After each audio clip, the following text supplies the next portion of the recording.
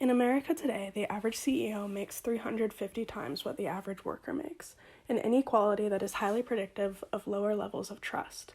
Thus, it is unsurprising that interpersonal trust is on the decline in the US, as well as many other regions demonstrating similar economic patterns. A concerning trend given the deep importance of trust to society's well-being. Trust is the assumption that strangers do not intend to harm us and subsequently do not need to be approached in an adversarial manner.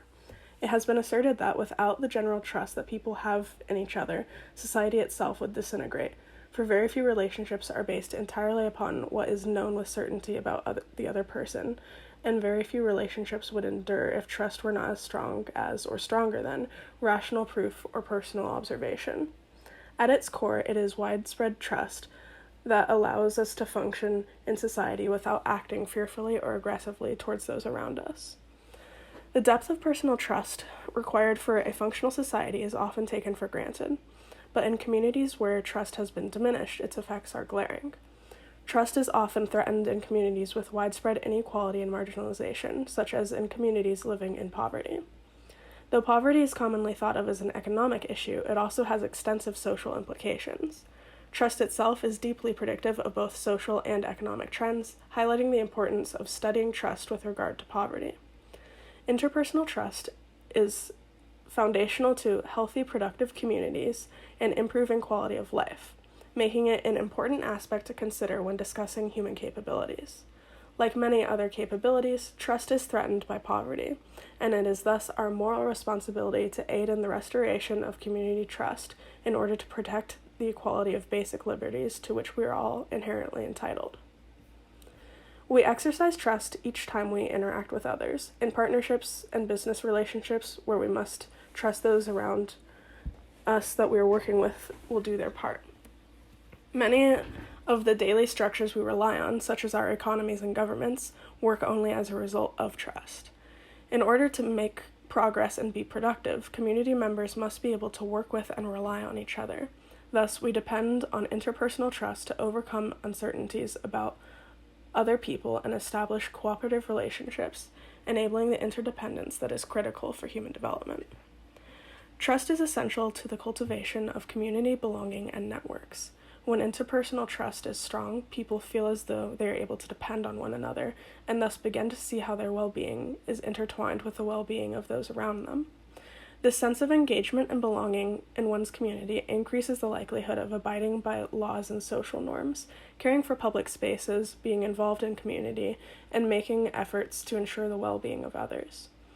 Community and belonging lay the groundwork for establishing networks, which are important to survival and well-being. The more non-familial connections one has, the more opportunities, resources, and information they will be exposed to. Within networks, the assumption of reciprocity increases the likelihood of individuals helping others because we trust that they will help us in return. Ultimately, trust is what encourages the growth of expansive, diverse social networks that help overcome hardship and foster a sense of importance. Given these implications, it follows that the presence of trust is beneficial for mental and physical health. Known as a social determinant of health, interpersonal trust is among the many social influences that are important health predictors. Greater sense of interpersonal trust are correlated with higher levels of optimism and tolerance, as well as lower levels of depression, anxiety, and other plagues of mental health. This improved mental health helps prevent dangerous self-destructive behaviors such as substance abuse and self-harm, which are frequently used as coping mechanisms for mental illness. One study found that older adults who mistrust people are more likely to suffer from poor mental and physical health at the same time. These negative influences may, in turn, increase the probability that one would consider suicide. Death by suicide and overdose are far less prevalent in communities with high levels of interpersonal trust, clearly demonstrating the role of trust as a determinant of well-being. Unfortunately, poverty degrades interpersonal trust, undermining its important societal benefits.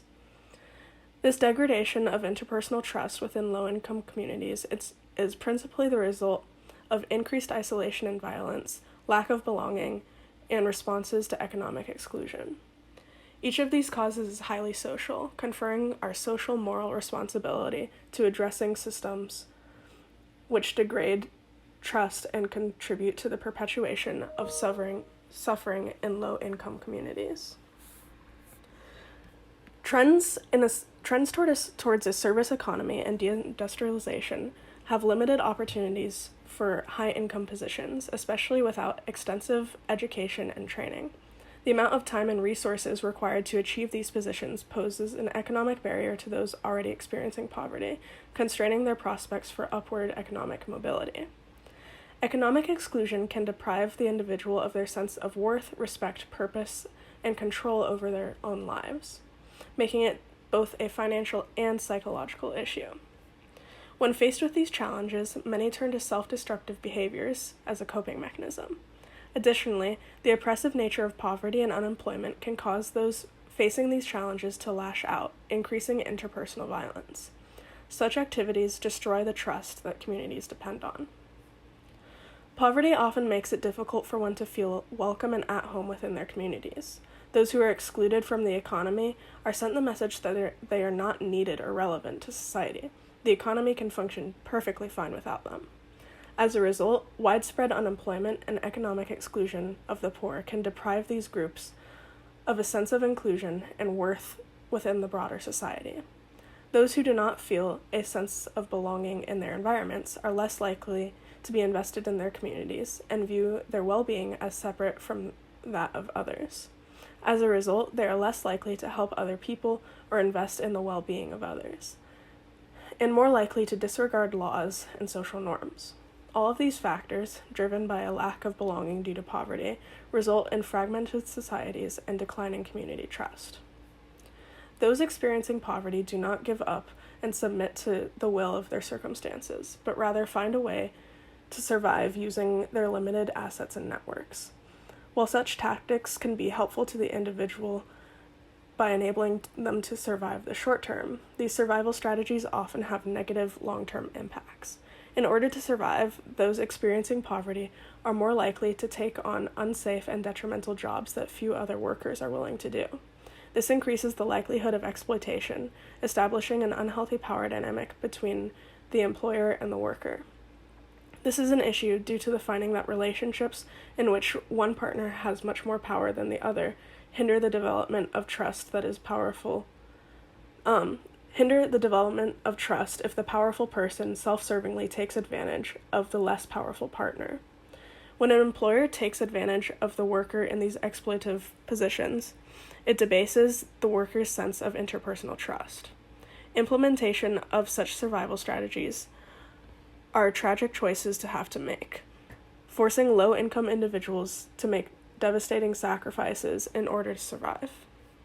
Other survival strategies, such as stealing and involvement in the illegal economy, hurt the community while benefiting the individual, violating interpersonal trust. Stealing resources may help to keep one individual or family alive, but it harms the individual who is stolen from and subsequently degrades networks. Those who are stolen from are less likely to have trust in their community, and thus more likely to isolate and refuse to help others. Once again, this contributes to the cyclic nature of poverty. Additionally, due to the inherently illegal nature of sex work and the drug economy, as well as similar involvements, these avenues of survival further degrade community trust. Involvement in the illegal economy is intrinsically untrustworthy. However, some living in poverty have few other options as a result of exclusion from the legal economy. Poverty increases the likelihood that these detrimental survival strategies will be employed, thereby undermining interpersonal trust within impoverished communities. Poverty is not solely an economic issue, but can also be described in terms of social exclusion. When one is experiencing poverty, they are faced with a lack of security and agency that creates feelings of powerlessness, diminishing interpersonal trust and dependency within impoverished communities. Economic exclusion also leads to social exclusion, and as a result, those living in poverty tend to be more isolated and have smaller networks. On average, poor individuals have been found to have fewer non-familial connections and limited networks. The fewer people one knows, the fewer personal connections one has within society, and it is harder to trust the strangers around you. The limited networks instilled by poverty restrict the reach of community trust. Poverty also decreases the diversity of one's networks. Societies and living arrangements tend to be divided by class and racial lines. As a result, those experiencing poverty are typically surrounded by others facing similar struggles, creating immediate networks that are relatively resource limited. This isolation and limitation of networks contribute to the continuation of poverty across generations.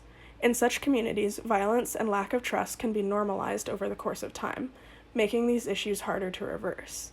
Thus, the cyclic nature of poverty perpetuates continual distrust within impoverished communities. Trust is essential to a functional society, enabling us to depend on and collaborate with other individuals, which is critical for human development and overcoming challenges that cannot be solved independently. Moreover, trust is the foundation for networks and social connections that improve our health, connect us to the broader population, and instill an important sense of belonging. Our communities cannot exist without the presence of trust.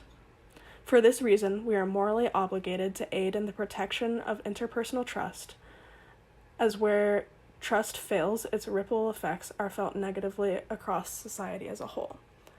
Alternatively, investment in establishing greater interpersonal trust has positive impacts on society as a whole, because it is in the best interest for us all economically to care about those who are disenfranchised. Altruism actually has functional benefit. Investment in community trust stands to benefit everyone, while coming at very little cost to any individual. Poverty can strip individuals of dignity and their sense of belonging, making it very difficult for those experiencing poverty to feel included in the broader society. As a result, they are more likely to disregard laws and view themselves as independent from the people around them, degrading community trust. Poverty also limits one's control over their own circumstances, highlighting a lack of agency and stability that breeds fear, violence, and backlash against oppression. These patterns serve to further degrade interpersonal trust within poor communities. Ultimately, the cyclic nature of poverty perpetuates social and economic structures, contributing to the degradation of community trust.